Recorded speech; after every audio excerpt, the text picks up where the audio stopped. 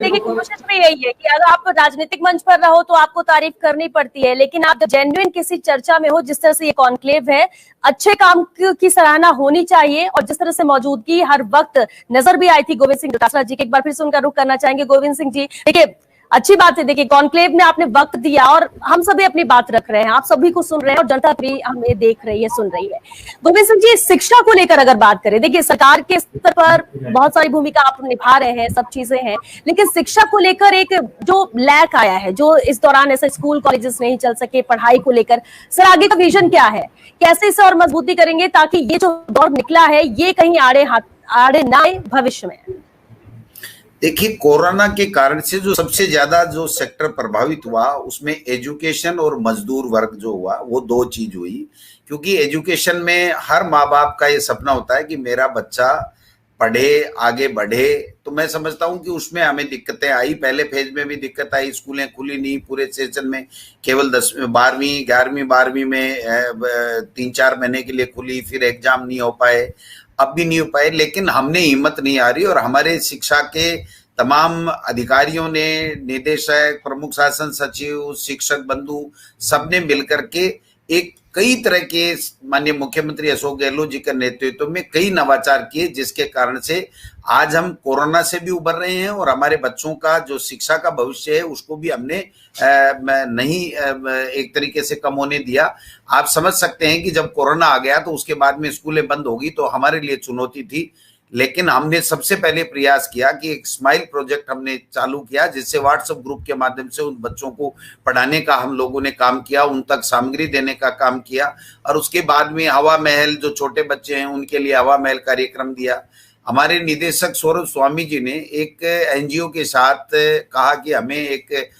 करना चाहिए, एमओयू करना चाहिए, और ई कक्षा का एक कॉन्सेप्ट लेकर के वो आए और हमने उसको आगे बढ़ाने का काम किया। उसके माध्यम से यूट्यूब चैनल के माध्यम से हमारे सरकारी शिक्षक और शिक्षिकाएं जो अच्छा अपने फील्ड में बोलने में और में समझाने में बहुत अच्छी हैं, उनको स्टूडियो के अंदर ज्ञान जो मिशन था उसके वेदांता वाले ग्रुप से CSR के माध्यम से वो तैयारी की और कक्षा 3 से लेकर के 12 तक के बच्चों के पूरा पाठ्यक्रम एक एक पार्ट वाइज ई कक्षा के माध्यम से हमने करने का काम किया। और बैक टू होम आओ घर चलें का कार्यक्रम किया, जिसके माध्यम से शिक्षक को हमने घर घर भेजा, बच्चों को अभिभावकों के साथ में जोड़ने का काम किया, वर्क बुक देने का काम किया। वर्क बुक को 3 दिन बाद में हम वापस लाते हैं, ला करके उसमें जो भी कमियां खामियां होती है उस बच्चों को बताने का काम करते हैं। हमने पहली बार हिंदुस्तान में दूरदर्शन और रेडियो को, जो भारत सरकार के उपक्रम है हमारे सबके, उनकी एक चिट्ठी लिखी, माननीय मुख्यमंत्री जी से यो नोट लिखवाया और आग्रह किया केंद्र की सरकार से कि आप हमसे पैसे ले सकते हैं, लेकिन इस वक्त तो आप कम से कम हमारे को सुविधा दीजिए जिससे रेडियो और दूरदर्शन के माध्यम से हमारे बच्चों को घर बैठे हम पढ़ाएं। और मुझे खुशी है कि हम हमारे मिशन में कामयाब हुए और दूरदर्शन और रेडियो के माध्यम से भी बच्चों को पढ़ाने का काम किया। और अब भी हम, चाहे विद्यालय बंद हैं, लेकिन हमारे शिक्षा विभाग के अधिकारी, शिक्षक, तमाम लोग, जो स्माइल प्रोजेक्ट हो, ई कक्षा हो, चाहे दूसरे यूट्यूब चैनल्स हों, दूसरे एमओयू करके एनजीओ के माध्यम से हम प्रयास कर रहे हैं। अभी हम लोग इसी 10-15 दिन के अंदर एक पिरामल जो फाउंडेशन है उसके साथ में हम एमओयू कर रहे हैं। वो पिछड़े जो 6-7 जिले हैं, जालोर, सिरोही, उधर के जिले जो पिछड़े इलाके, वहां पर बच्चियों को हम लोग टेबलेट्स उनके माध्यम से 4000 बच्चियों को जिनके स्माइल से नहीं जुड़ पाए, जिनके एंड्रॉइड फोन नहीं है, घर में मोबाइल नहीं है,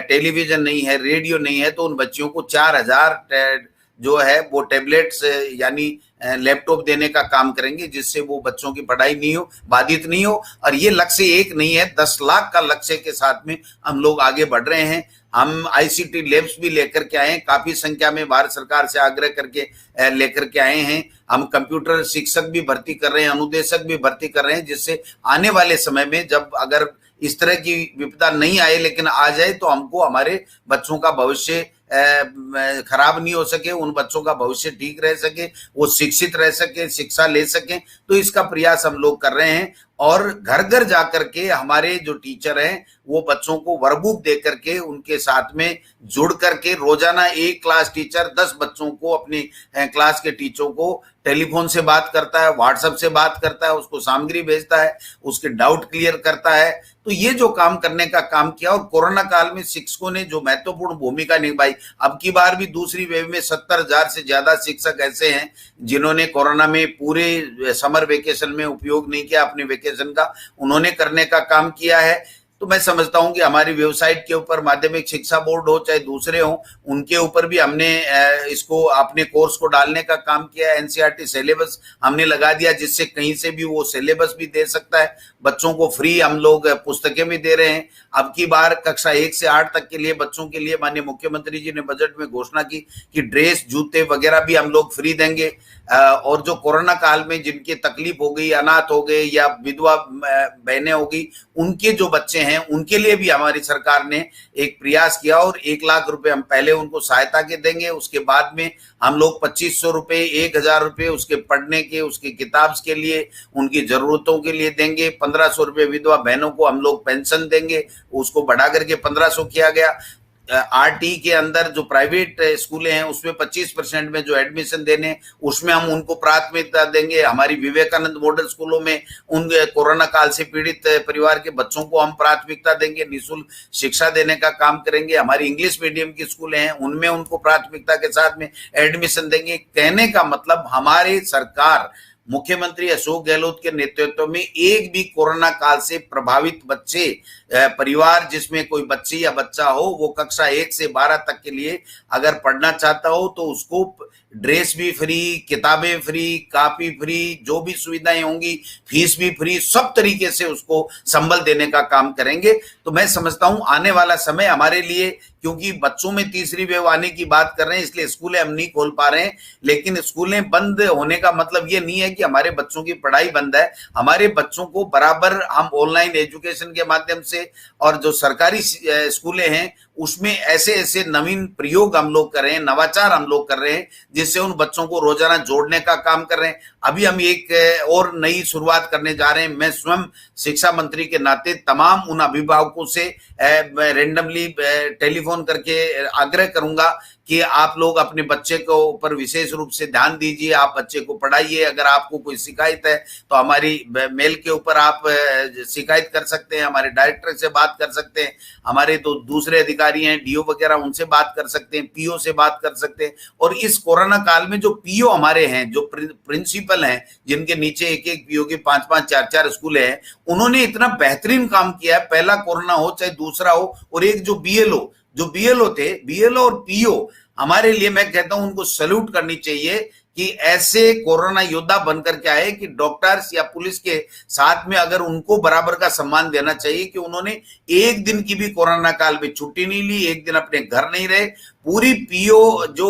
विंग थी उसमें पटवारी, ग्राम सेवक सब जुड़े हुए थे, उन्होंने पूरे समय में सेवा करने का काम किया, लोगों को समझाइश किया, भूखा नहीं सोने दिया। इंदिरा रसोई जैसे हमारी सरकार ने कार्यक्रम किए, इंदिरा रसोई के माध्यम से प्रत्येक व्यक्ति को भोजन देने का काम किया। कोरोना काल की दूसरी वेव में फ्री करने का, जो 8 रुपए हम लेते थे 12 रुपए गवर्नमेंट देती, वो 8 भी फ्री कर दिया कि किसी भी अटेंडेंट को, मरीज को खाने की दिक्कत नहीं हो, उसकी दवाई फ्री मिले, उसको रेमडेसिविर हो चाहे ऑक्सीजन हो वो फ्री मिले, इंफ्रास्ट्रक्चर दूर तक पीएचसी सीएचसी तक जाए। ये सारी चीजें करने के साथ साथ एजुकेशन के क्षेत्र में हमारे शिक्षकों ने, हमारे अधिकारियों ने और तमाम लोगों का सहयोग मिला। और मैं समझता हूं कि इस कोरोना काल में नहीं बल्कि इस 2.5 साल में जितना सरकारी शिक्षा को, चाहे फर्स्ट इंडिया चैनल हो चाहे दूसरे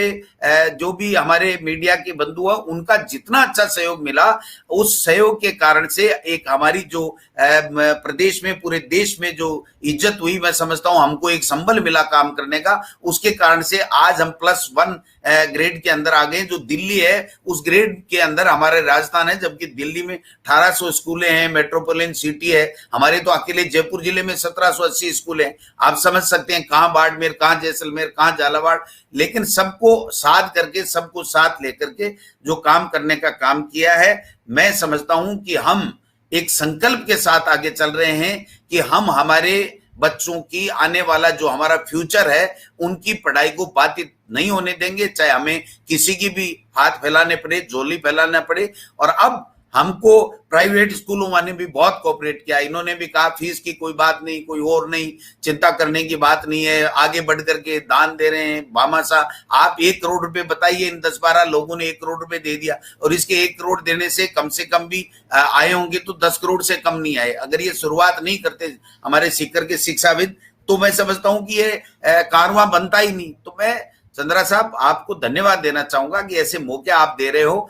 जिससे हम अपनी बात कर रहे हैं, एक दूसरे को मोटिवेट कर रहे हैं, एक दूसरे के लिए हम लोग अच्छी बात कर रहे हैं, जो वास्तव में हुई है वो बात कर रहे हैं, तो उससे लोगों को एक संबल मिलता है और हम एकजुटता आती है इसमें। एकजुटता के साथ में हम लोग आगे बढ़े, हमारी शिक्षा का ढांचा और ज्यादा सुधरे। अभी जो पीजीआई जो हमारी परफॉर्मेंस के जो इंडिकेटर है वो +1 के हैं, और क्वालिटी एजुकेशन में हम कहीं 2.5 साल पहले 13वें नंबर पे हिंदुस्तान में हुआ करते थे, आज हम दूसरे नंबर पे हुए हैं। अभी आपने देखा होगा राष्ट्रीय स्तर का पुरस्कार हमारे 2 शिक्षकों को मिला है, तो पूरे हिंदुस्तान में 5-7 को मिलता है, उसमें राजस्थान के 2 शिक्षकों का आना ये बहुत बड़ी बात है। और एक दूसरा जो हमारा होता है वो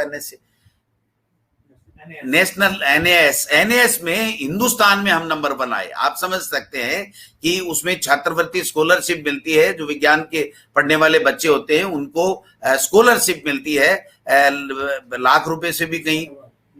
इंस्पायर अवार्ड जो है वो मिलता है। तो मैं समझता हूं ये सारी चीजें हैं जिसके कारण से बच्चों में एक उत्साह है, और आज भी हम इतने कामयाब जरूर हैं कि हमारे अभिभावकों में, बच्चों में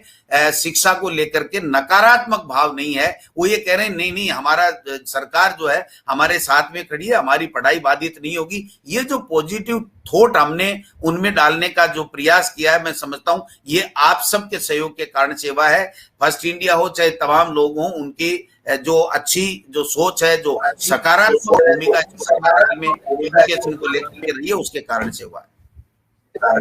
बिल्कुल गोविंद सिंह जी, और बेहद अहम बात है कि basically it's a team work, team साथ काम करती है, और इसलिए यही वजह थी कि गाइडेंस इनको अच्छा मिला और काम बेहतर होता